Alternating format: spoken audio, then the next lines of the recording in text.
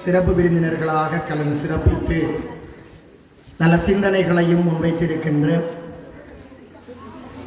அபிவிருத்தி உத்தியோகர் இந்து கலாசார அலுவல்கள் திணைக்களம் திருமதி கலைமதி சசிவரன் அம்மையார் அவர்களே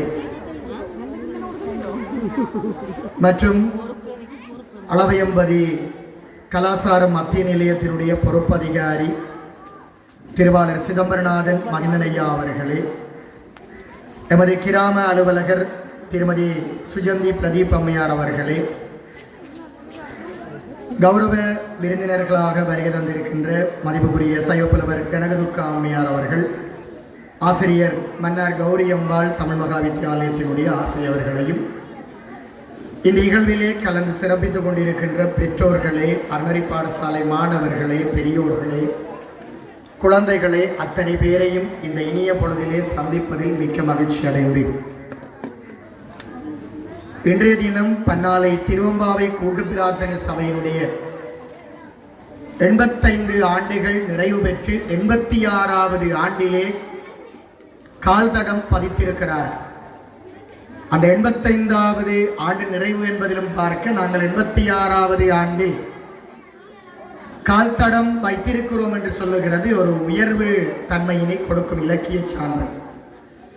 86வது ஆண்டிலே இந்த பன்னாலை திருவம்பாவை கூட்டு பிரார்த்தனை சபை தன்னுடைய ஆரம்ப பணியை ஆரம்பித்திருக்கிறது. 85வது நிறைவு நிகழ்வை கொண்டாடுகிறார்.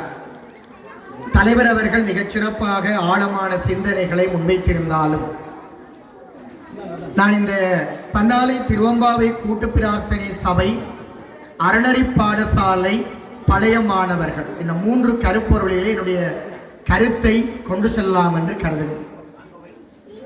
பன்னாலை திருவம்பாவை கூட்டு பிரார்த்தனை சபை ஆரம்பமாகி 85 வருடங்கள் நிறைவு பெற்றிருக்கிறது. அதற்காக இங்கே பன்னாலையம்பதியினுடைய அதிபராக இருந்த கதிரித்தம்பி வாத்தியார் என்று சொல்லுவார்கள்.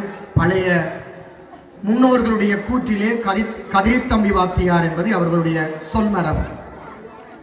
அவரினாலே ஆரம்பிக்க பெற்றிருந்தாலும் அவரோடு சேர்ந்து அவரை தொடர்ந்து இருந்த இங்கே பன்னாலையம்பதியைச் சேர்ந்த பெரியவர்கள் காலந்தோறும் இந்த திருவம்பாவை காலப்பகுதியிலே ஒவ்வொரு ஆலயங்களிலே சென்று திருவம்பாவை பாடல்களையும் திருவாசக பாடல்களையும் பாடி அதை இன்றைக்கு அடுத்த சந்ததிகளுக்கு கடத்தி இருக்கிறார்கள். ஒவ்வொரு பண்டிதர்களும் புலவர்களும் இருந்து அதை வழிப்படுத்தி இன்றைய வரைக்கும் அதை கையாளுகிறார்கள்.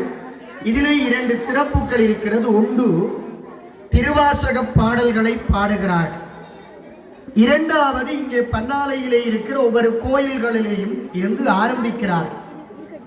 இப்ப உதாரணமாக இன்றைய தினம் முதல் நாள் என்று சொன்னால் பன்னாலை வர்த்தலம் பிள்ளையார் ஆலயத்திலே இருந்து முதலாவது நாள் தேவாரம் தொடங்குகிறது.